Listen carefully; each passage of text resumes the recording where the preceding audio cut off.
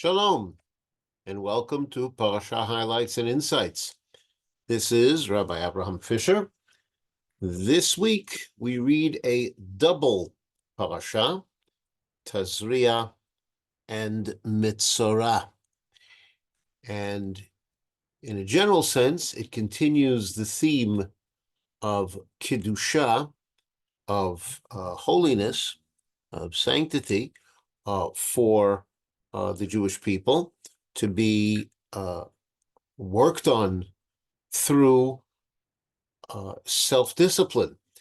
Last time we talked about food and also about tum'ah. So now we continue this topic of tum'ah in the form of various types of tum'ah that relate to the human body. As I said, it's a double parasha, Tazria and then Metzora. Tazria itself starts off by dealing with childbirth. When a woman has a child, then immediately following the birth, she is Tame'ah. And in the case of a male, that lasts for 7 days. And of course, on the 8th day, the boy is given his brit milah, his circumcision. In the case of a female, the tumah lasts for 14 days. After that period, there's a period of relative tahara in which the husband and wife may resume marital relations, but the woman is not permitted to deal with holy matters like eating from sacrifices or going to the Beit HaMikdash. In the case of the birth of a male, that lasts for an additional 33 days, female 66 days.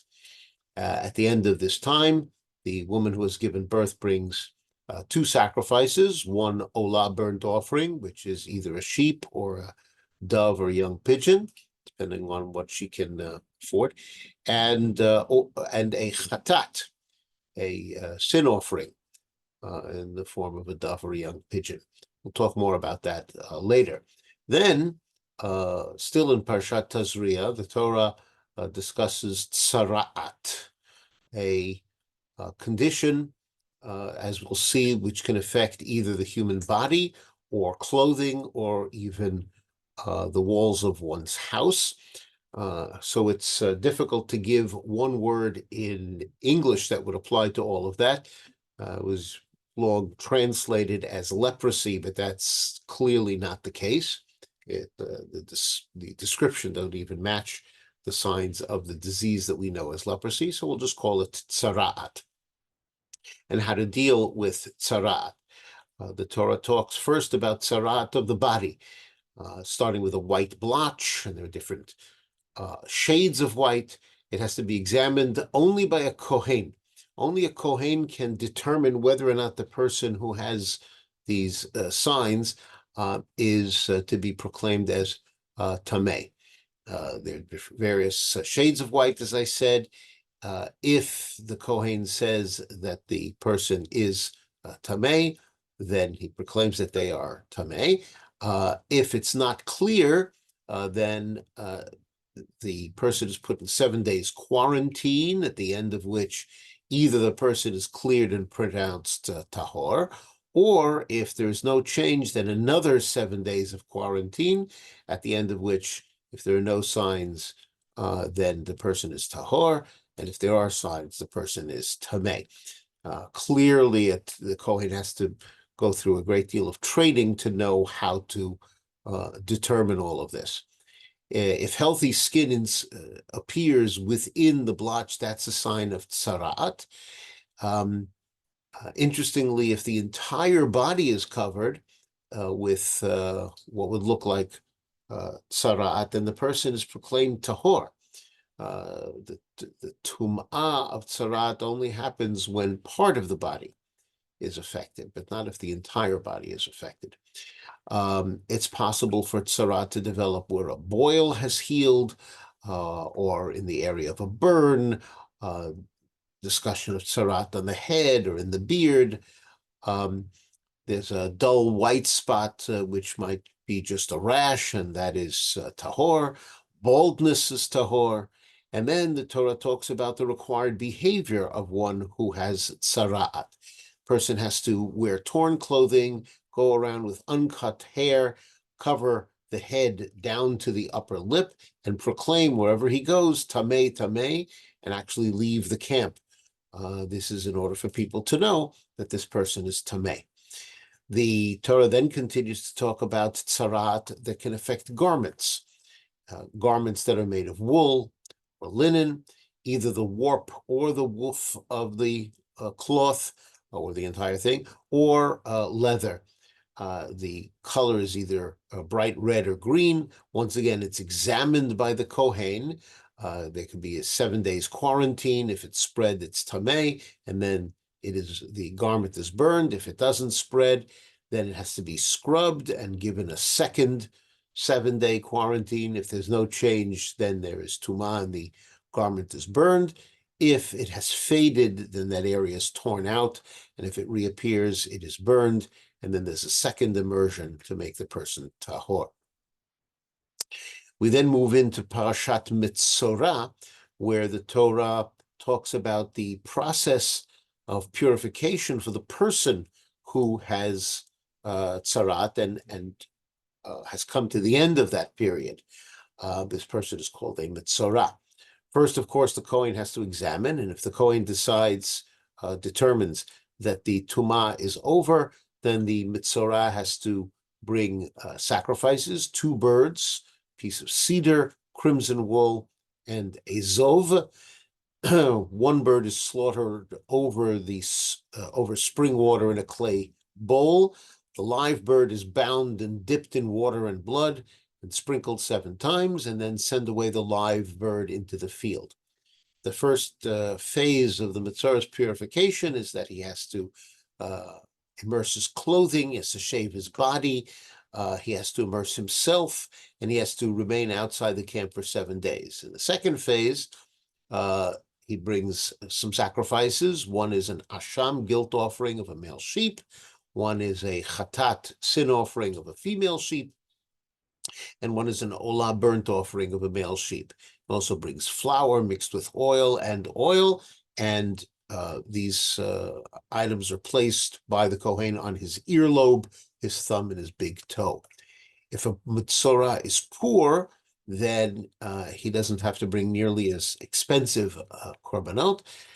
He has to bring an asham of a male sheep and flour mixed with oil, and 2 doves or young pigeons. One is a chatat and one is an olah. And once again, the oil is placed on his earlobe, thumb, and big toe. Then the Torah talks about tzarat as it might affect a house. First of all, the owner sees something that looks like it could be tzarat, and so he says to the Kohen, there seems to be tzarat in the house. He's not permitted to say there is, because only a Kohen can make that determination. The Kohen says that the house must be cleared out before the Kohen can examine it, and then the Kohen examines it and decides and determines if there are signs of tzarat. Then there are 7 days of quarantine, after which, if it's spread, then the affected part of the house has to be removed and replaced. If it returns, then there is a declaration of tumah, and the whole house is to be broken down. If there is no spread, then there's a process of purification of the house, which involves 2 birds, cedar, crimson wool. 1 bird is slaughtered over spring water in a clay bowl, very similar to what happens to a person. A live bird is bound and dipped in water and blood, sprinkled 7 times, and the live bird is sent away to the field. The last part of the parasha deals with other kinds of tum'ah from a person's body. One is called a zav.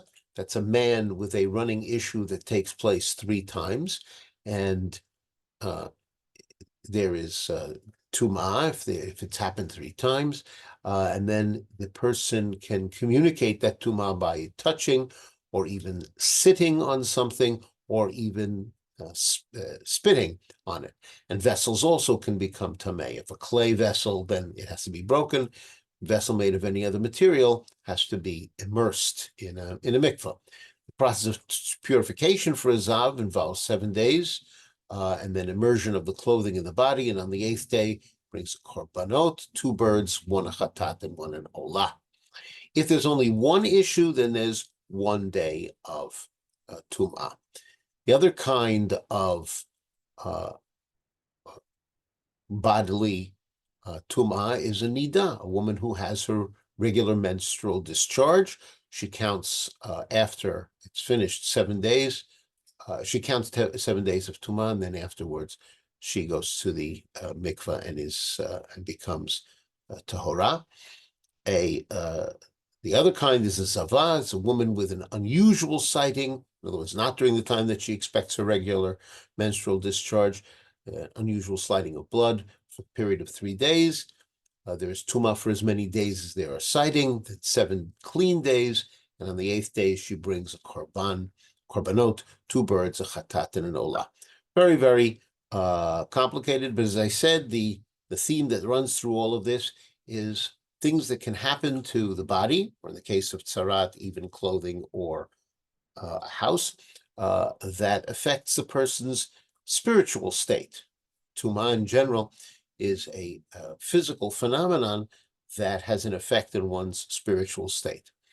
Returning to the beginning of the Parsha, where the Torah introduces the idea that when a woman in childbirth bears a child, she becomes unclean.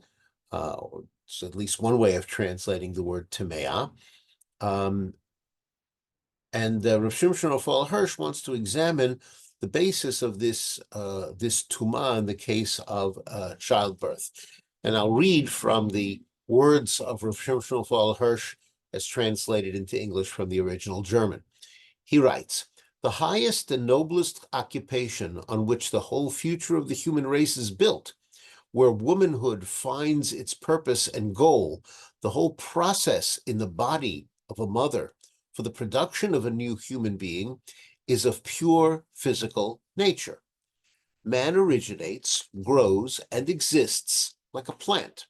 Since childbirth is such a natural process, we can lose sight of the fact that once he is born, man is a morally free agent.